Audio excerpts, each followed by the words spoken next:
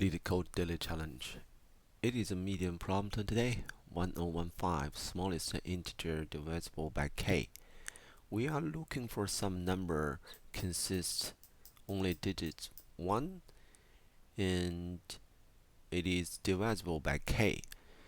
So with number 1 we can always turn this number 1 to number 11, then 111 and so on by times this, multiply this number n by 10 and plus 1.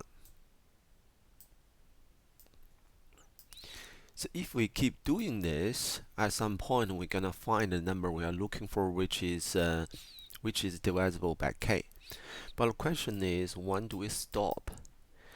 So imagine this case: if a number, let's say this number n, if we divided this number n by k, the remainder could be anything.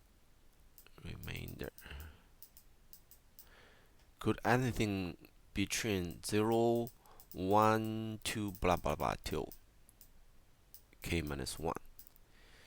So that means if we keep running this precise for k times, that must be at some point we can find a 0, which means that number is divisible by k. Otherwise, if we couldn't find any 0, that means there must be some other number, say number 2 is repeating. Which means if a remainder is repeating, that means after some times we can get to this number again, which is a loop. That means it is impossible to get to 0.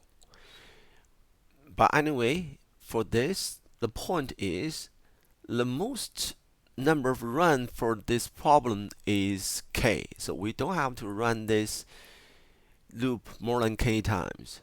And there's another trick for this problem is, since this number n could be a very huge number, but what we can notice is, say, since we are generate this number by n multiplied by 10 and plus 1, and for any given number n, it could be written in another form, which is, say, xn plus y.